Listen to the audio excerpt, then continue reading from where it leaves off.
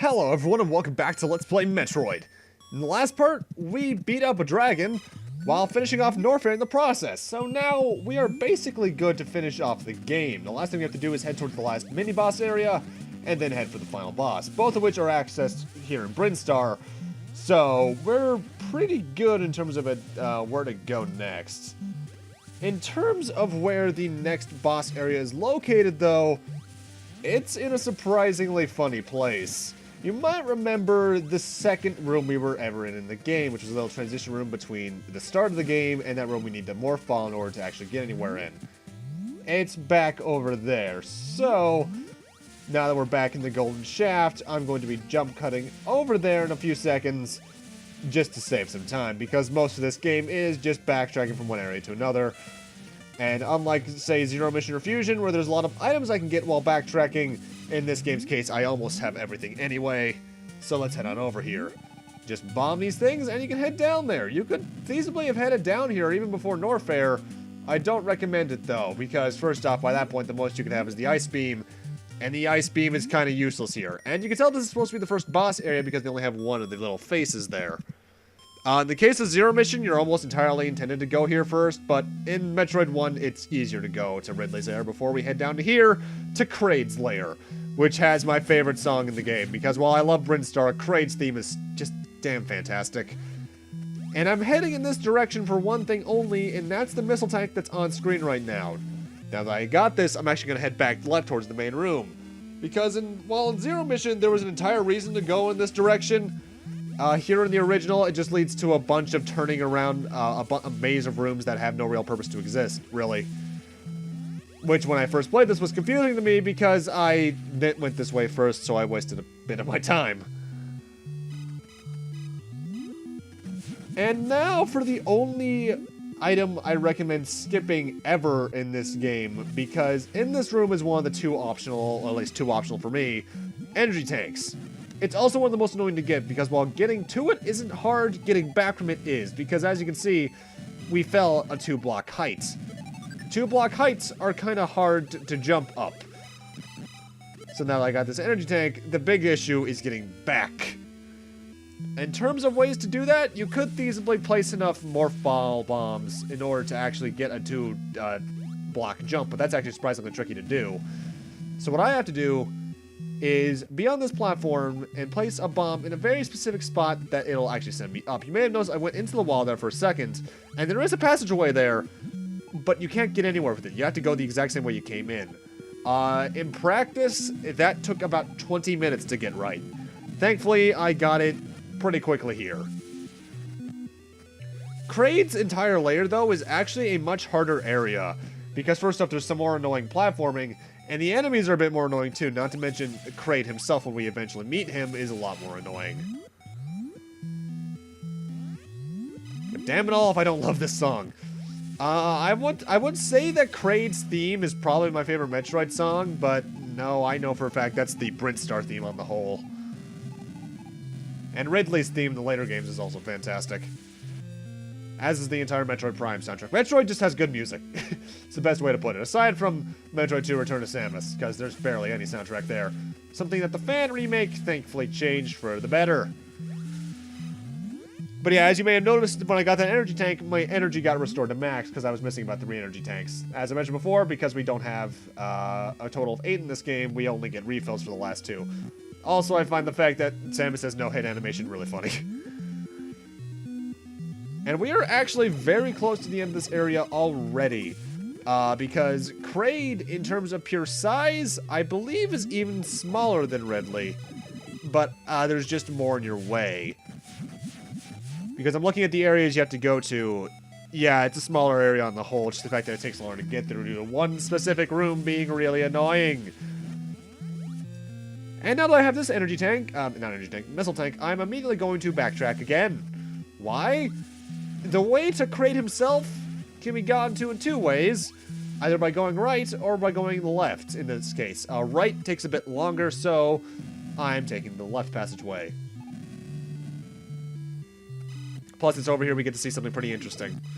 That Super Metroid would actually later reference ever so slightly. Egads, it's Kraid! Problem is, it's also not Kraid, because Kraid would not go down in one missile. That is technically considered either fake Kraid or Kraid spawn, like a Kraid baby. Which, I guess that's just there to fake you out, but you would know if you killed the real Kraid, because like Ridley, you would get 75 missiles.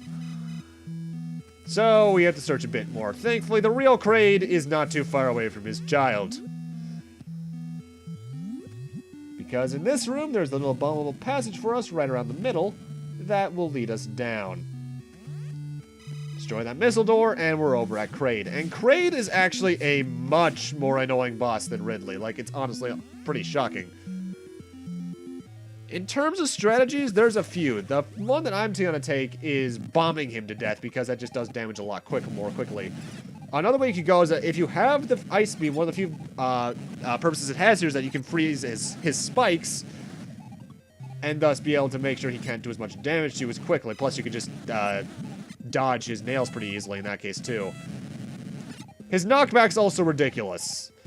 The wave beam is also potentially pretty useful here because of the damage upgrade it has over the ice beam, but bombs are just my best option because while I don't do as much damage as missiles, they still kill him pretty quickly. And with that, we can now access the final area, but we still have to get out of Kraid. And also notable is that there is actually one last item for us in here, and it's the last energy tank, and it's actually pretty annoying to get.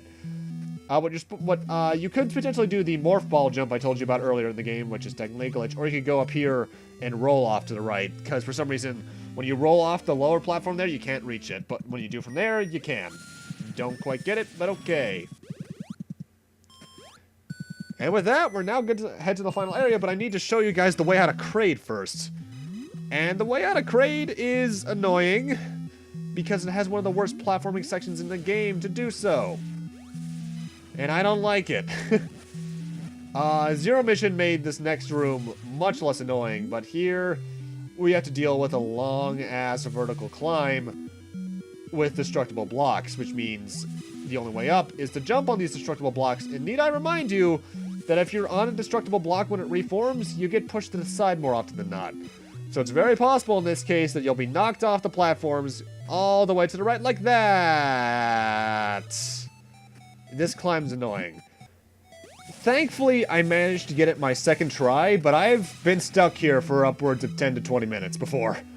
It's not fun. I hate this platforming section. Thank you, Zero Mission, for making this easier. To the game's credit, there is a trick you can do with it where you just have to be able to make sure you can time yourself well. And they do give you platforms to give you a little break so you can recharge or wait for the blocks to regenerate. But it doesn't stop this from just being damn annoying. Oh, whew. That's scary. Thankfully, you know you're towards the end when you see that little group of 4 on the left, which I need to jump on in order to get to one last missile tank in the area, I believe. So, thankfully, that's there. Yes, that is the last missile tank in the area I'm going to get now. Sweet.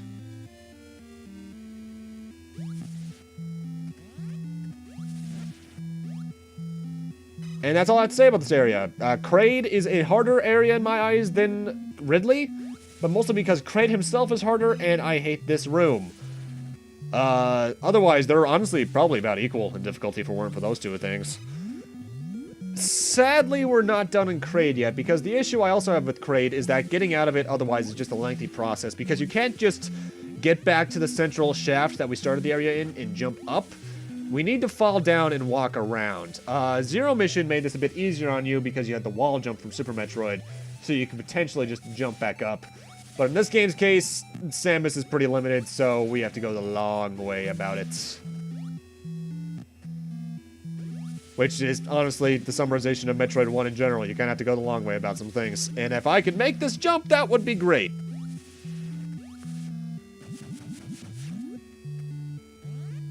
At least I have to listen to Kraid's theme, so that's always good.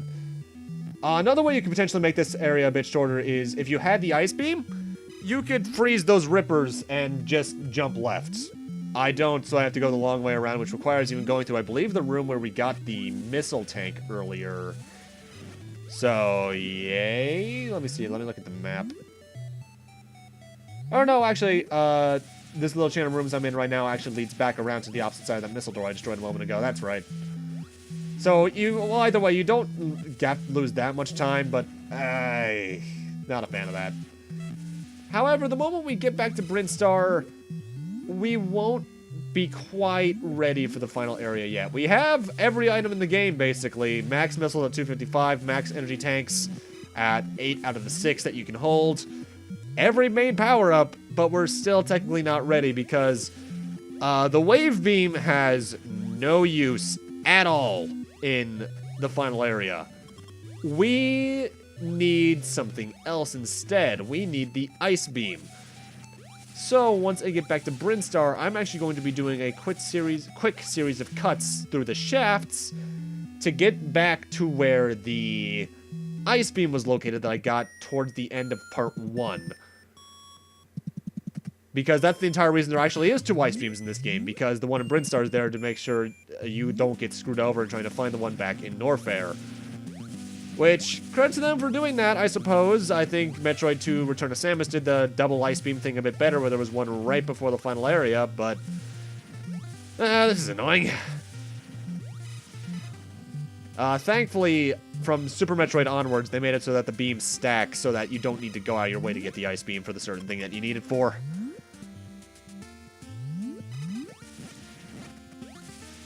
At least I get to hear more Brinstar, which is always good. And now we're back where the ice beam is. At this point, though, getting back here is honestly no real issue aside from time. Because you're really overpowered at this point for the Brinstar enemies. I'll give the Metroid 1 this. It does a really good job of making you feel powerful towards the end of the game because you can just destroy enemies so quickly. But since I'm getting the ice beam again, I'm losing that ability to do that pretty easily.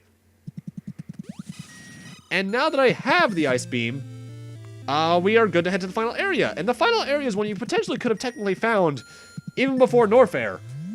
Because we are back in the blue shaft on the left of Brinstar. And there was one door I never went in this area, which is at the very top of the shaft.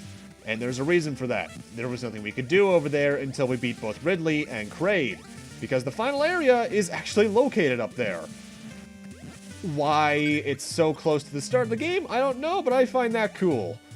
It actually reminds me a lot of, and I can't believe I'm bringing this game up of all things, one stage in Superman 64, where the end ring is really close to where you start off the damn stage. God, I can't stand that game. That's actually one of the few games I've played that I've never even beaten. I've gotten over halfway through it, I believe, but I just couldn't take it anymore. And that says something if I don't finish a game, because I'm pretty persistent.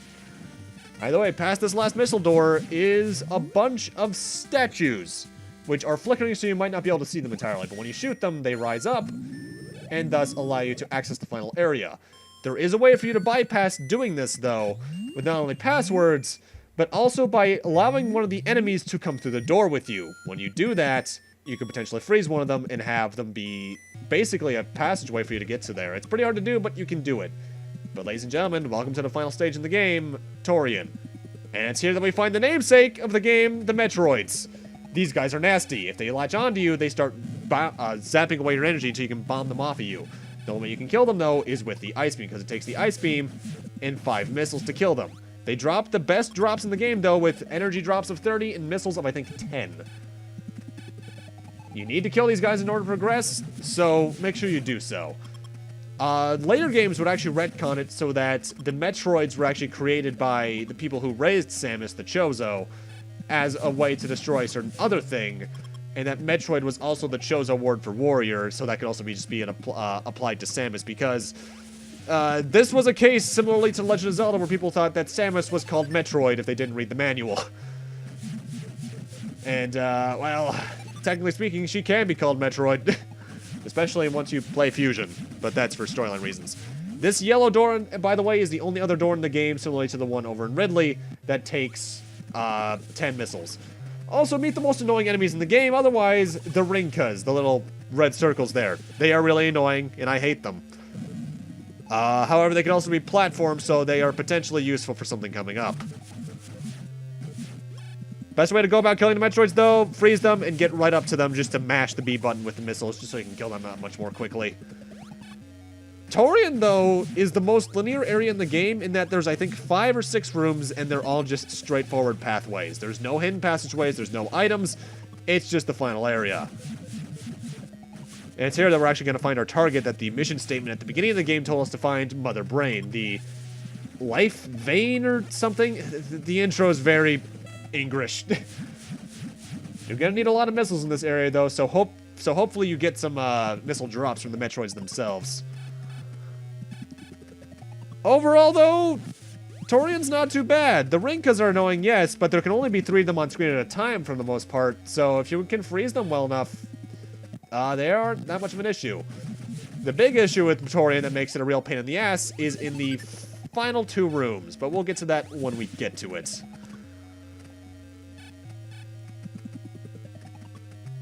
I like the song here, though. It sounds oddly organic for an NES theme.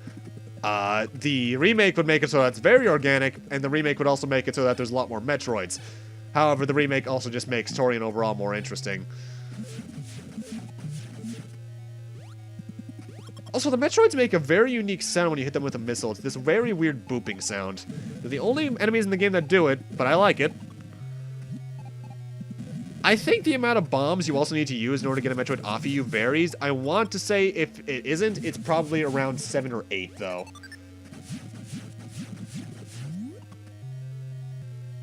And now we're in the final straightaway. These are the last Metroids in the game, so make sure you don't screw up now. Metroids do give you good pickups, though, so if you could potentially farm them, which I think you can actually farm Metroids, you can do that to get some decent missiles or energy. I know I've done it.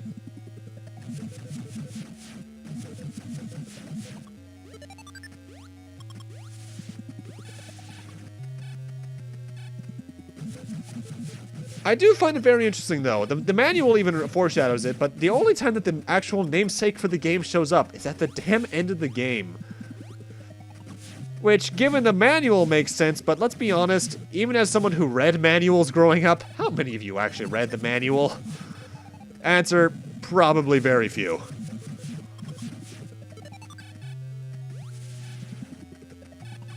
And with that, we can now access the final room, which is also the hardest, because we got a few annoyances here. First off, we got those laser beams, which are annoying, the Rinkas, which are annoying, and in our pathway, you can see it right there, is a bit of an odd barrier. That's called a Zebetite, and they take missiles to be destroyed.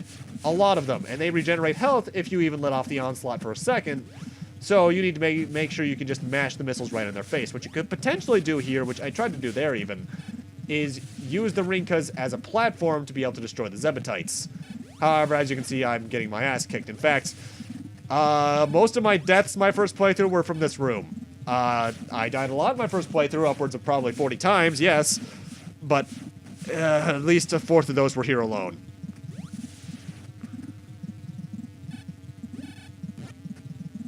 The lasers are also very annoying because they'll often just knock you off the area, so that sucks.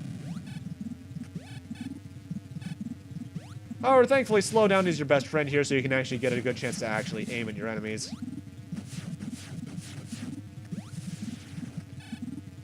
Don't get used to having floor beneath you, though, because for the last 2 Zebetites, there's actually going to be lava beneath you, so be careful.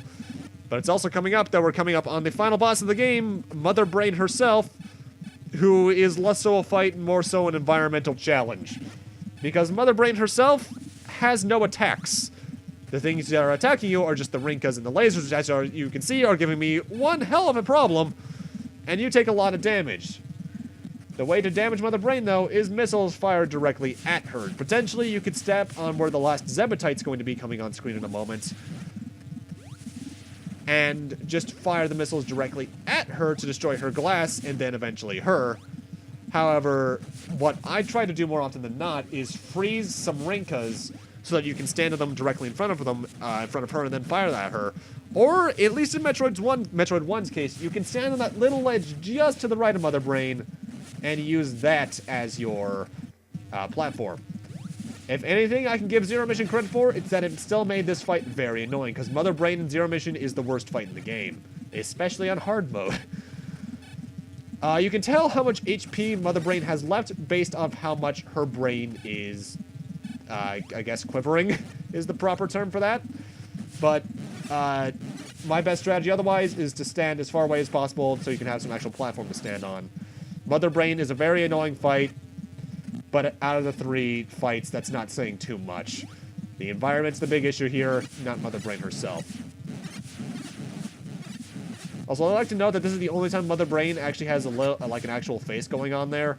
In later entries, she has 1 eyeball as well as a monster face, should she ever actually have one. Fun fact, though, Mother Brain's actually not one of the Space Pirates. Space Pirates, first off, we don't even see them in this game, obviously, at this point. The only one we technically see are Ridley and Kraid. And Mother Brain's actually by the same, created by the same people as the Metroids, the Jozo, the people who raised Samus. It's just the fact that she went haywire, and she is very close to dying. And I am very close to death. Okay, this is gonna be close. I have 5 health, but thankfully nothing else can damage me in the game.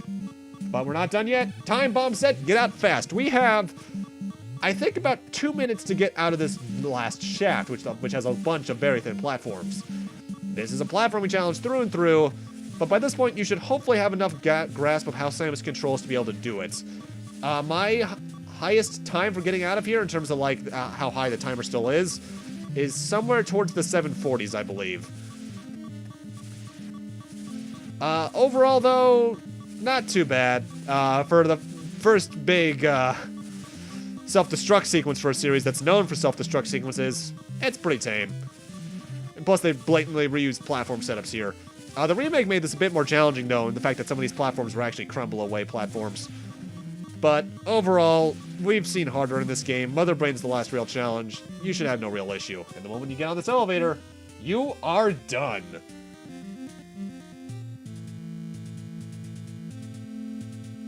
Great! You fulfilled your mission. It will revive peace in space, but it may be invaded by the other Metroid. Pray for a true peace in space. It's not as English as other, but I still don't know what the other Metroid's supposed to be. I guess they're talking about Metroid 2, SR388 Metroids, but what? Samus, you're going Super Saiyan. Oh my god, boobies. Yeah, I know I've been referring to Samus this entire game as a her, but back in the day, this was a pretty big surprise, because not many women were heroes in video games, let alone really kick-ass ones like Samus. But that's Metroid 1. It's okay. And nowadays, at least. Back in the day, it really was a pretty unique game, but nowadays, there's so many games in this genre, and so many better ones, that Metroid 1 has no real reason to exist. If I'm going to recommend a version of Metroid 1, I will recommend Zero Mission. If you want to play this game, though, with all of its issues, be it copy and paste level design, control issues, or just not being very interesting, it's on the NES, the Game Boy Advance, and the NES Classics. I think technically GameCube through, like, Metroid Prime or something. Or Virtual Console. One thing I should go over, though, is that this game actually has several different endings depending on your endgame time. When Samus, the ending I got there when Samus revealed herself to be the woman is the best ending I could get on the first playthrough for playing under 3 hours. Pressing start, by the way, at the end screen that's going to come up will actually start you as that Zero Suit Samus, that's technically called, which you can also access from the start of the game by using the password Justin Bailey followed by a bunch of dashes. In terms of the other endings, there's the worst ending, which is acquired for playing as either 5 hours plus as Suitless Samus or 10 hours plus otherwise, where Samus kind of bends her head down like I screwed up. There's the bad ending, where she gives you like a fist pump thumbs up, which is for playing 5 hours plus. The fair ending, which Samus just takes off her helmet, is 3 to 5 hours. And the best ending you can only get for playing either the Zero Suit Samus campaign or the Justin Bailey campaign, which is for playing under an hour on that campaign, where she's basically wearing a bikini. But with that, I'm going to end this off here. Thank you guys for watching. Next up on the channel is more Metroid, because I did mention this is a Metroid mini marathon. Next up, for the 3rd time, is Metroid Fusion. There is a reason for that, though. If you look at my Fusion and Zero Mission LPs, both of them, in both cases, there's something missing. 100% markers. Ladies and gentlemen, next up is a 100% Fusion run. See you guys then.